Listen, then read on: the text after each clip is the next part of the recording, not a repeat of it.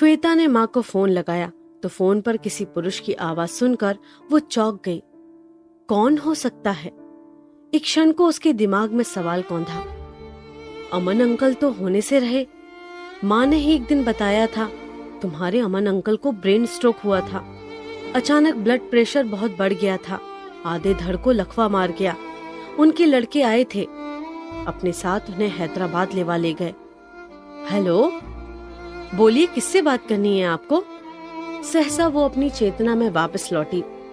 संयत आवाज में पूछा, आप कौन?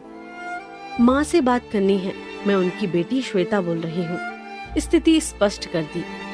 पास के जनरल स्टोर तक गई हैं, कुछ जरूरी सामान लाना होगा। रोका था मैंने, कहा भी कि लिखकर हमें दे दो, ले आएंगे। पर वो कोई स्पेशल डिश बनाना चाहती हैं शाम को। तुम्हें तो पता होगा, पास में ही सब्जी की दुकान है, वहाँ अपनी स्पेशल डिश के लिए कुछ सब्जियाँ लेने गई हैं। पर ये सब तो मैं तुमसे बेकार कह रहा हूँ, तुम तो मुझे जानती नहीं होगी। इस बीच कभी आई नहीं तुम, जो मुझे देखती और हमारा परिचय होता। बस इतना जान लो, मेरा नाम प्रभुनाथ है और तुम्हारी माँ मुझे प्रभु कहती है। तुम चाहो तो प्रभु अंकल कह सकती हो। प्रभु अंकल? जब माँ आ जाए तो बता दीजिएगा, श्वेता का फोन था। और इतना कहकर उसने फोन कट कर दिया। न स्वयं कुछ और कहा, न उन्हें कहने का अवसर दिया। श्वेता की बेचैनी उसके फोन के बाद बहुत बढ़ गई। कौन हो सकते हैं ये महाशय? क्या अमन अंकल की तरह माँ ने किसी नए? आगे सोचने में खुद हिचक गई श्वेता। कैसे सोचे? माँ आखिर माँ होती है। उनके बारे में हमेशा हर बार हर पुरुष को लेकर हर ऐसी वैसी बात कैसे सोची जा सकती है? फिर भी ये सवाल तो है ही कि प्रभुनाथ अंकल कौन है, कैसे होंगे, कितनी उम्र होगी, माँ से कब, कहाँ, कैसे, किन हालात में मिले होंगे, और उनका संबंध माँ से इतना गहरा कैसे बन गया कि माँ अपना पूरा घर उनके भरोसे छोड़कर पास के जनरल स्टोर तक चली गई, सामान और स्पेशल डिश के लिए सब्जियां लेने। इसका मतलब हुआ प्रभु अंकल माँ के लिए कोई स्पेशल व्यक्ति हैं। लेकिन ये नाम पहले तो कभी माँ से सुना नहीं। अचानक कहाँ से प्रकट हो गए अंकल? और माँ से इनका क्या संबंध होगा, जिनके लिए माँ स्पेशल डिश बनाती हैं? कह रहे थे कि जब वो आते हैं तो माँ जरूर कोई ना कोई स्पेशल डिश बनाती है। इसका मतलब हुआ ये महाशय वहाँ नहीं, कहीं और रहते हैं और कभी कभार ही माँ के पास आते हैं। अड़ोस पड़ोस के लोग अगर देखते होंगे तो माँ के बारे में क्या सोचते होंगे? कस्बाई शहर में इस तरह की बातें पड़ोसियों से कहाँ छिपती हैं? माँ ने क्या कहकर उनका परिचय पड़ोसियों को दिया होगा, और उस परिचय पर क्या सबने यकीन कर लिया होगा? स्थिति पर श्वेता जितना सोचती जाती, उतने ही सवालों के घेरे में उलझती जाती। पिछली बार जो वो माँ से मिलने गई थी तो उनकी लिखने पढ़ने की मेज पर एक नई डायरी रखी देखी थी। माँ को डायरी लिखने का शौक है और महिला होने के नाते उनकी वो डायरी अक्सर पत्र पत्रिकाओं में भी छपती रहती है। अखबारों के साहित्य संस्करणों से लेकर साहित्यिक पत्रिकाओं तक में उनके अंश छपते हैं। चर्चा भी होती है। शहर में सब इसलिए भी उन्हें जानते हैं कि वहाँ के महाविद्यालय में हिंदी की प्रवक्ता थी। लंबी नौकरी के बाद वहीं से रिटायर हुई। मकान पिता ही बना गए थे। अवकाश प्राप्त जिंदगी आराम से वहीं गुजार रही हैं। भाई विदेश में है। श्वेता के पास आकर वो रहना नहीं चाहती। बेटी दामाद के पास आकर रहना उन्हें अपनी स्वतंत्रता में बाधक ही नहीं लगता, बल्कि अनुचित भी लगता है। इंतजार करती रही श्वेता की माँ अपनी तरफ से फोन करेंगी, पर उनका फोन नहीं आया। माँ की डायरी में एक अंग्रेजी कवि का वाक्य शुरू में ही लिखा हुआ पड़ा था, in you at every moment life is about to happen. यानी आपके भीतर हर क्षण जीवन का कुछ न कुछ घटता ही है, जीवन घटना विहीन नहीं होता। महाविद्यालय में पढ़ते समय भी श्वेता अपनी सहेलियों से माँ की प्रशंसा सुनती थी। बहुत अच्छा बोलती हैं, उनकी स्मृति गजब की है। ढेरों कविताओं के उदाहरण वो पढ़ाते समय देती चली जाती हैं। भाषा पर जबरदस्त अधिकार है। कॉलेज में शायद ही कोई उन जैसे शब्दों का चयन अपने व्याख्यान में करता है। पुरुष अध्यापक प्रशंसा में कह जाते हैं कि प्रोफेसर कुमुद जी पता नहीं कहाँ से इतना वक्त निकाल लेती हैं ये सब पढ़ने लिखने का। कुछ मुंहफट जड़ देते थे कि पति रेलवे में स्टेशन मास्टर हैं। अक्सर इस स्टेशन से उस स्टेशन पर फेंके जाते रहते हैं, बाहर रहते हैं और महीने में 2-4 दिन के लिए ही आते हैं। इसलिए पति को लेकर उन्हें कोई व्यस्तता नहीं है। रहे बच्चे तो वे अब बड़े हो गए हैं। बेटा IIT में पढ़ने बाहर चला गया है। कल को वो वहाँ से निकलेगा तो विदेश के दरवाजे उसे खुले मिलेंगे। लड़की पढ़ रही है, योग्य वर मिलते ही उसकी शादी कर देंगे। फुर्सत ही फुर्सत है उन्हें। पढ़ेंगी लिखेंगी नहीं तो क्या करेंगी।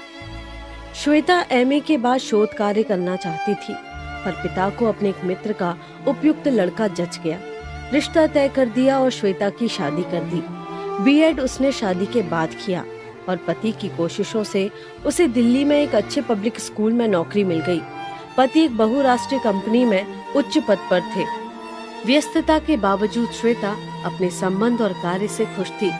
छुट्टियों में जब तब माँ के पास हो आती, कभी अकेली, कभी बच्चों के साथ, तो कभी पति भी साथ होते।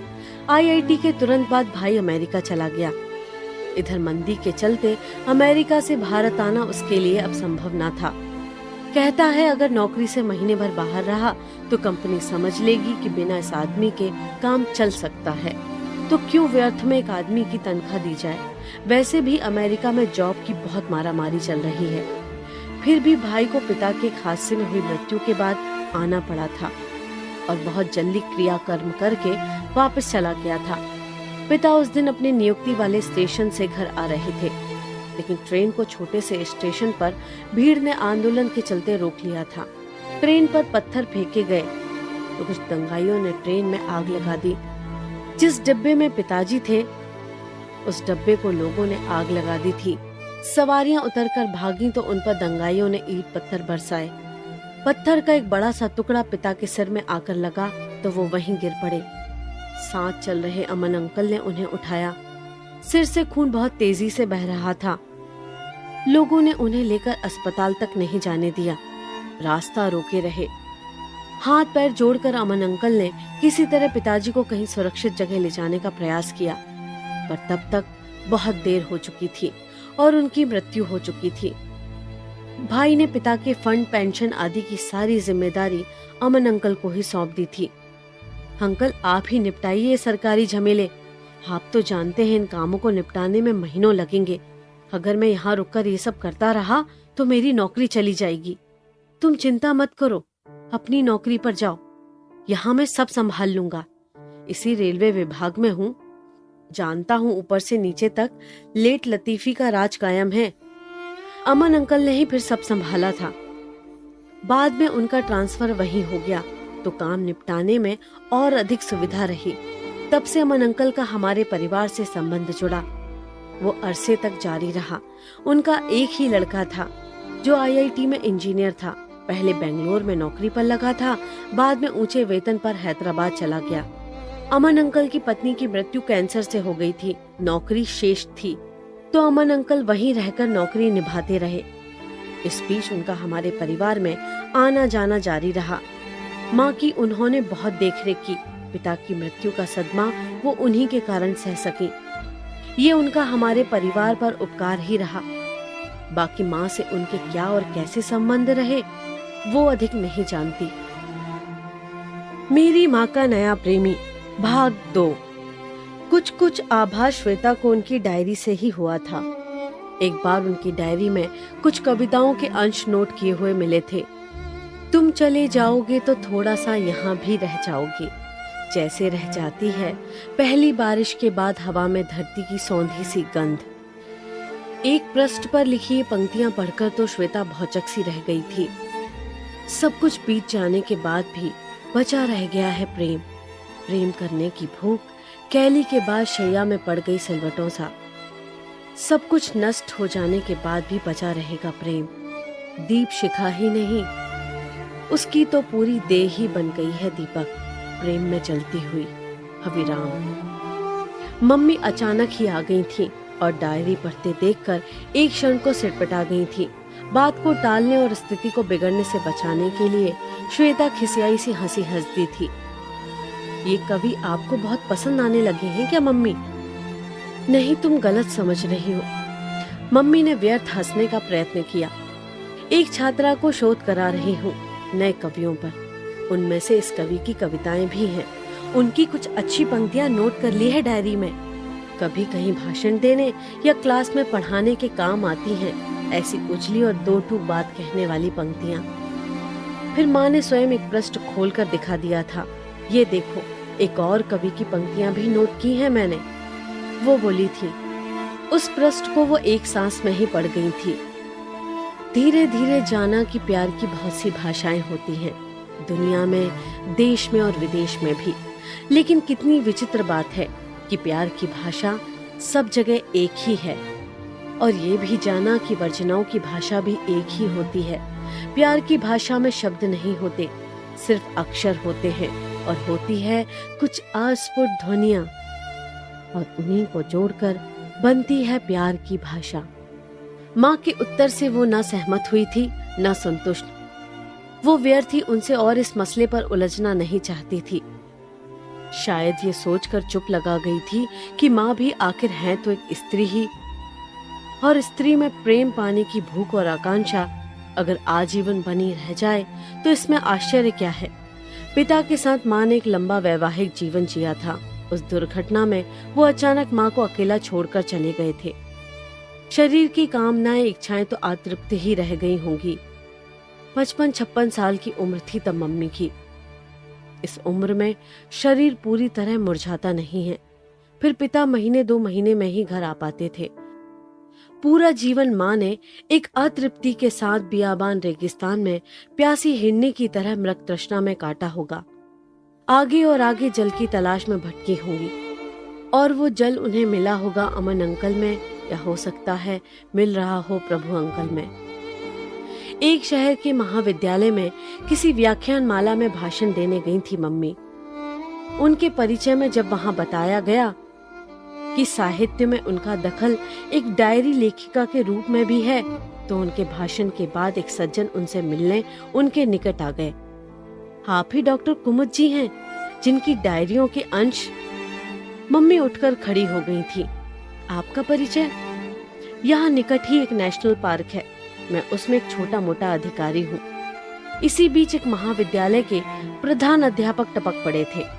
हाँ कुमुद जी, ये छोटे नहीं मोटे अधिकारी हैं। वन्य जीवों पर इन्होंने अनेक शोध कार्य किए हैं। हमारे जंतु विज्ञान विभाग में ये व्याख्यान देने आते रहते हैं। ये विद्यार्थियों को जानवरों से संबंधित बड़ी रोचक जानकारियां देते हैं। अगर आपके पास समय हो तो आप इनका नेशनल पार्क अवश्य देखने जाएं। आपको वहाँ कई अनुभव होंगे। श्वेता को माँ ने बताया था, ये महाशय ही प्रभुनाथ है। माँ की डायरी में बाद में श्वेता ने पढ़ा था, किसी किसी आदमी का साथ कितना अपनत्व भरा होता है, और उसके साथ कैसे एक औरत अपने को भीतर बाहर से भरी भरी अनुभव करती है। क्या सचमुच आदमी की उपस्थिति जीवन में इतनी जरूरी होती है? क्या इसी जरूरीपन के कारण ही औरत आदमी को आजीवन दुखों परेशानियों के बावजूद सहती नहीं रहती? खालीपन और अकेलेपन, भीतर के रीतेपन को भरने के लिए जीवन में क्या सचमुच किसी पुरुष का होना नितांत आवश्यक नहीं है? कहीं कोई आदमी आपके जीवन में होता है तो आपको लगता रहता है कि कहीं कोई है जिसे आपकी जरूरत है, जो आपकी प्रतीक्षा करता है, जो आपको प्यार करता है, चाहता है, तन से भी, मन से भी और शायद आत्मा से भी। प्रभुनाथ के साथ 7 दिन तक नेशनल पार्क के भीतर जंगल के बीच बने आरामदेह शानदार हट में रही। तरह तरह के जंगली जंतु तो प्रभुनाथ ने अपनी जीप में बैठाकर दिखाए ही, थारू जनजाति के गांव में भी ले गए और उनके बारे में अनेक रोचक और विचित्र जानकारियां दी जिनसे अब तक मैं परिचित नहीं थी। दुनिया में कितना कुछ है जिसे हम नहीं जानते। दुनिया तो बहुत बड़ी है, हम अपने देश को ही ठीक से नहीं जानते।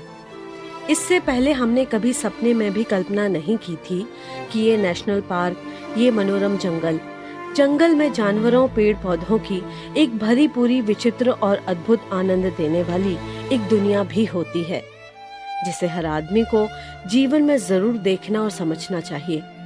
प्रभुनाथ ने चपरासी को मोटरसाइकिल से भेजकर भोजन वहीं आलीशान हट में मंगा लिया था। साथ बैठकर खाया। खाने के बाद प्रभुनाथ उठे और बोले, तो ठीक है मैडम, आप यहाँ रात भर आराम करें, हम अपने क्वार्टर में जाकर रहेंगे। नहीं, मैं अकेले हरगिज इस जंगल में नहीं रहूंगी। मैं हड़बड़ा गई थी। रात हो आई है और जानवरों की कैसी डरावनी भयावह आवाजें रह रहकर आ रही हैं। कहीं कोई आदमखोर यहाँ आ गया और उसने इस हट के दरवाजे को तोड़कर मुझ पर हमला कर दिया तो? क्या आपको इस हट का दरवाजा टूटा या कमजोर नजर आता है? हर तरह से इसे सुरक्षित बनाया गया है। इसमें देश और प्रदेश के मंत्री, सचिव और आला अफसर, उनके परिवार आकर रहते हैं। मैडम, आप चिंता ना करें। बस रात को कोई जानवर या आदमी दरवाजे को धक्का दे, पंजे से खरोचे तो आप दरवाजा ना खोलें। यहाँ आपको पीने के लिए पानी बाथरूम में मिलेगा। चाय कॉफी बनाना चाहेंगी तो उसके लिए गैस स्टोव और सारी जरूरी क्रॉकरी व सामग्री किचन में मिलेगी। बिस्तर आरामदेह है।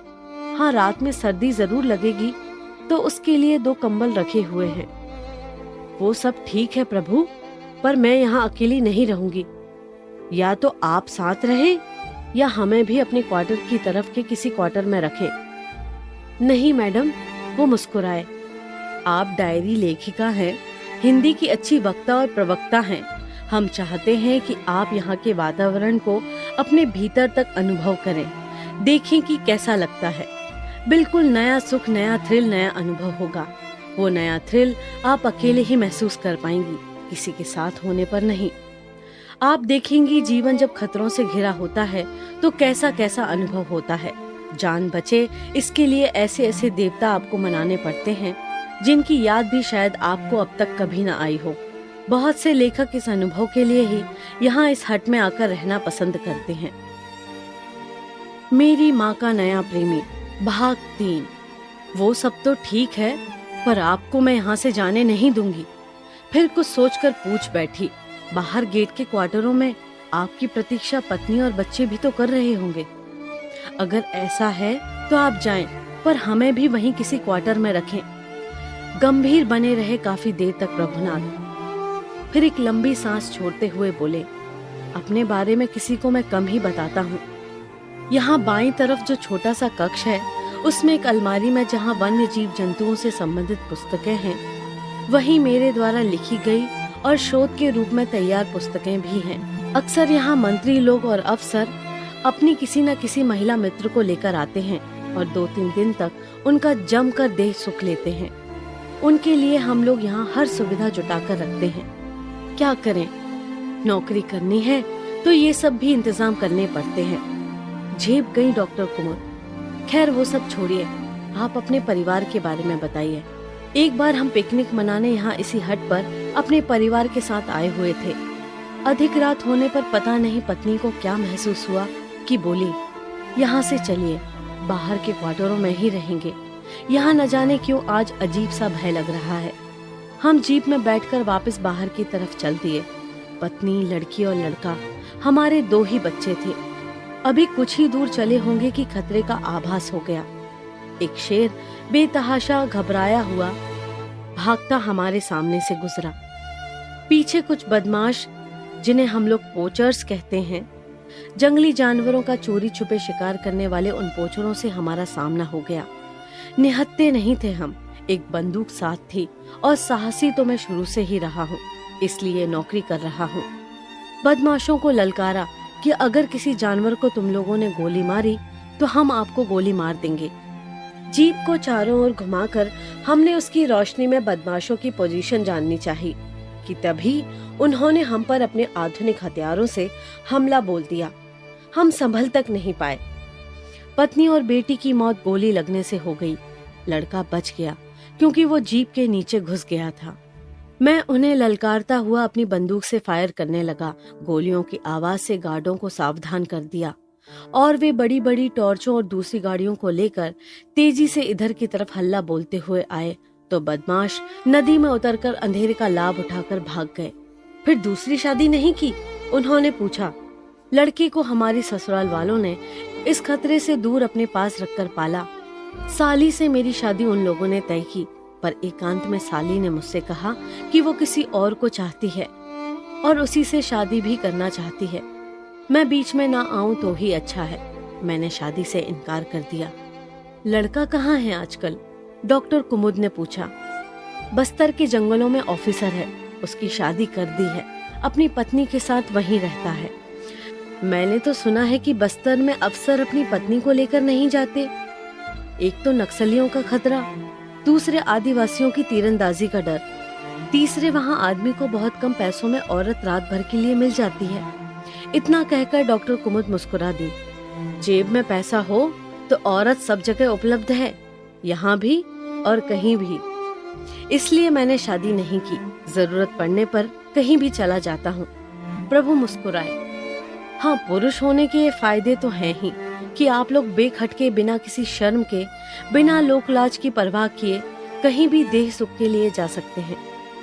पैसों की कमी होती नहीं आप जैसे बड़े अफसरों को। अच्छी से अच्छी देह आप प्राप्त कर सकते हैं। मुश्किल तो हम संकोचशील औरतों की है। हमें अगर देह सुख की जरूरत पड़े तो हम बेशर्मी लाद कर कहाँ जाएं, किससे कहें। वक्त बहुत बदल गया है कुमुद जी, अब औरतें भी कम नहीं। वो बशीर बद्र का शेर है ना, जी तो बहुत चाहता है कि सच बोले, पर क्या करें, हौसला नहीं होता। रात का इंतजार कौन करे, आजकल दिन में क्या नहीं होता। मुस्कुराती रही कुमुद देर तक। बड़े दिलचस्प इंसान हैं आप भी प्रभुनाथ जी। श्वेता डायरी के अगले पृष्ठ को पढ़कर अपने धड़कते दिल को मुश्किल से काबू में कर पाई थी। माँ ने लिख रखा था, 7 दिन रही उस नेशनल पार्क में, और जो देह सुख उन 7 दिनों में प्राप्त किया शायद अगले 7 जन्मों में प्राप्त ना हो सके। आदमी का सुख वास्तव में अवर्णनीय, अव्याख्य और अव्यक्त होता है। इस सुख को सिर्फ देह ही महसूस कर सकती है। उम्र और पद प्रतिष्ठा से बहुत दूर